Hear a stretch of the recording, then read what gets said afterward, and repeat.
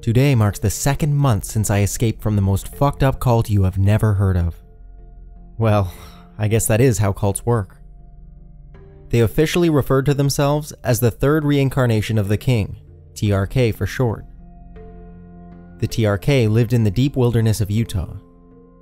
The locals knew not to mess with them, so they pretty much did whatever they wanted. Groups like the TRK are everywhere in the United States. Some are death cults, others are far-right militias, while others are neo-Nazi end-of-the-world polygamy groups. The FBI is pretty much only focused on Islamic terrorist groups these days, and no law enforcement agency wants another repeat of the Waco, Texas tragedy. So groups like the TRK get to do pretty much whatever they want so long as they stay far away from civilization. In a way, I consider myself luckier than most of the children that were brought into the TRK. I was one of the oldest children when the cult first formed. Most of the families that established the TRK were formerly part of a far-right cult called the Church of the Blessed. A power struggle between two of the church elders led to a schism. Those who broke away followed Charlie Stock, a self-professed prophet who led his new congregation into the backwoods of Utah. Members of the TRK quit their jobs and sold all their possessions so that Charlie could build paradise on Earth. Life was great at first. Charlie taught us that he was the third reincarnation of Jesus Christ, and that he would build a paradise on Earth for us. Under Charlie's direction, we settled on a large parcel of land near the Nevada border. The compound was meant to be entirely self-sufficient. We grew our own food, generated our own electricity, and set up a filtration system to provide fresh water from a nearby lake. Everyone, except for Charlie, lived together in a large communal building. Only Charlie was allowed to leave the compound. Everyone else went about their daily duties. We all believed that we were living life as God intended us to, free from a society corrupted by man. Well, that all changed pretty quickly. The first winter was incredibly difficult. We all approached life with a God will provide attitude, which really meant Charlie will provide. Our store of food quickly ran out and all of the livestock was quickly eaten. Charlie soon began making trips to the nearest town to buy food for all 72 of us. He told us that God was testing us, and that only the most devoted would receive nourishment from the hand of God. A pecking order soon developed, where the most fanatic members of the cult became true believers, and received more food. More independent families received less food and were put on prayer lists and became targets during Charlie's daily sermons. Charlie used the prayer list as a tool to beat the more independent families into submission. Families on the prayer list were broken up and no longer able to speak with one another. Each member of the family had to be supervised at all times by one of Charlie's true believers. My family made it onto the prayer list for reasons unknown to me. We all worked hard and participated in all of the activities.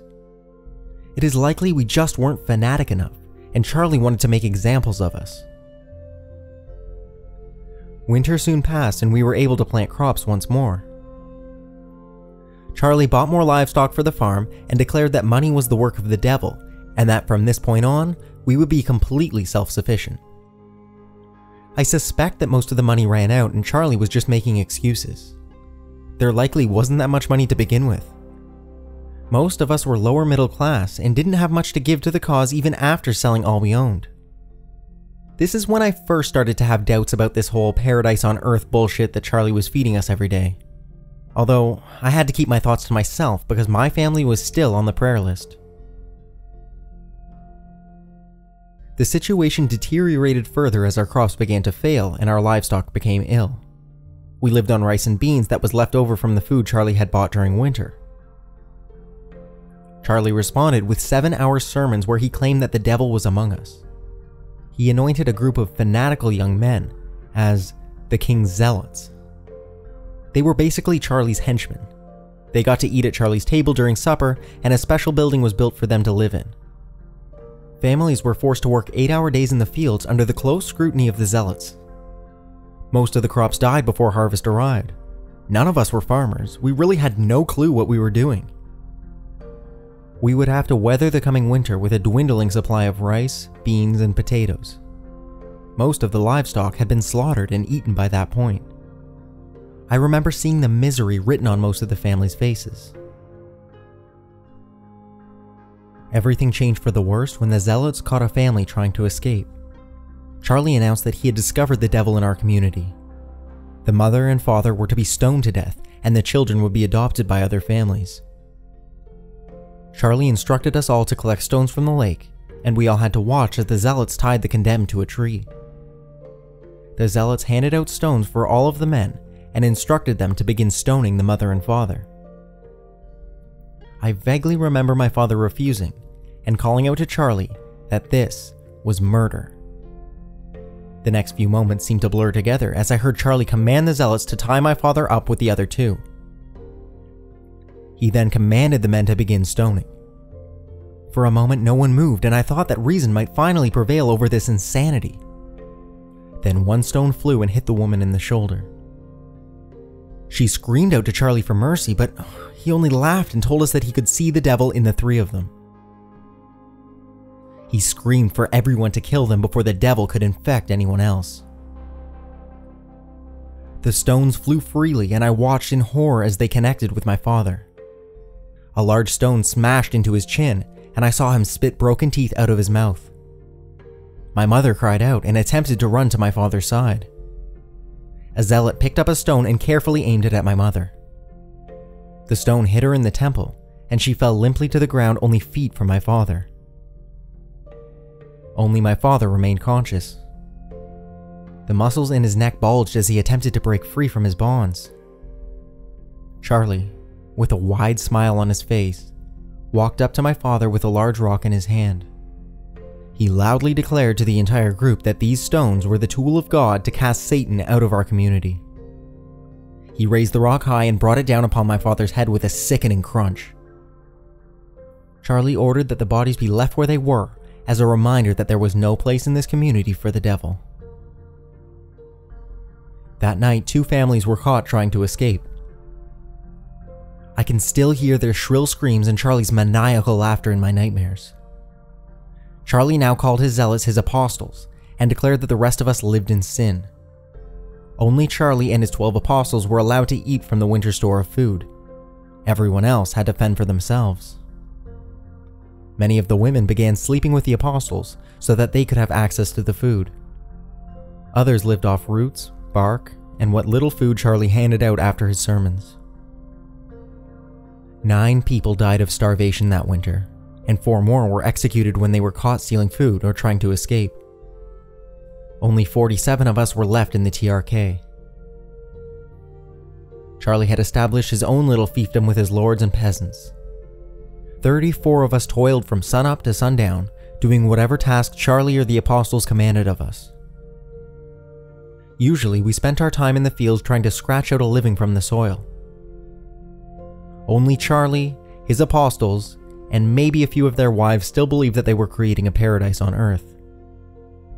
However, even the apostles' support began to waver once their food supplies ran out and they were forced to eat with the rest of us. Rumors of cannibalism began to spread as the elderly and weak began to disappear. These rumors were eventually confirmed when a young boy saw 2 of the apostles lead an elderly couple into the apostles' kitchen. They were never seen again, and the faint smell of cooking flesh could be smelled if the wind was right.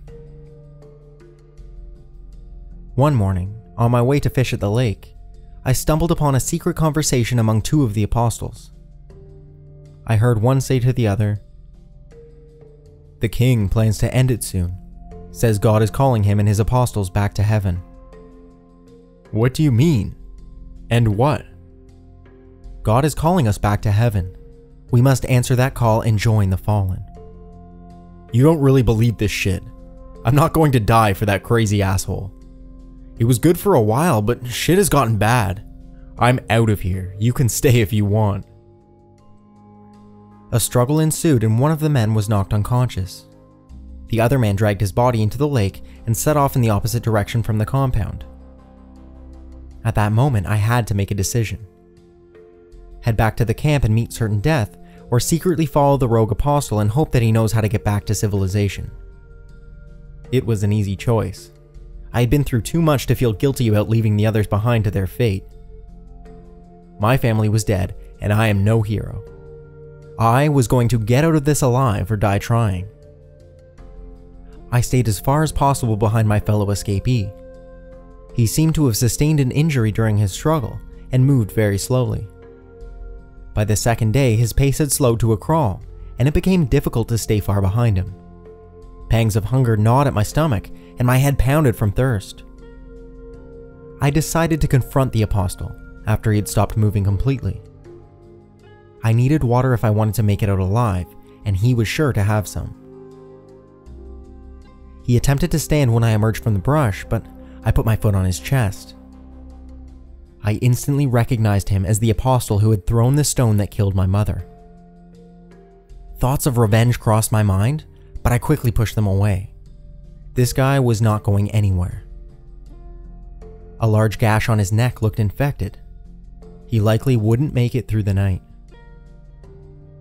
I took what little supplies he had in his bag and set off again in search of safety.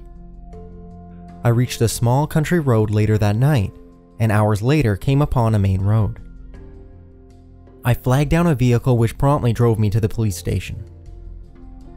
The first police officer treated me as a deranged runaway. Their commanding officer, a local who had lived in the area his entire life, believed my story immediately. I guess this area was popular among crazies and cults trying to live off the grid. The problem was that I could not tell the police where exactly the compound was located. It took 2 days of aerial searches for them to locate the TRK compound. They expected to find everyone dead. Instead, they found Charlie and his apostles burned alive. It looked like someone, or something, had eaten most of the flesh off of their bodies. The remaining members of the TRK were never found. The FBI got involved and sealed off the compound. The FBI's working theory is that the remaining TRK members finally rose up and killed their oppressors. They are now believed to be roaming the Utah wilderness, eating anything edible they come across. It will take me years to forget this period of my life. Thankfully, I've been living in protective custody for the last month and will soon be placed with a foster family on the East Coast.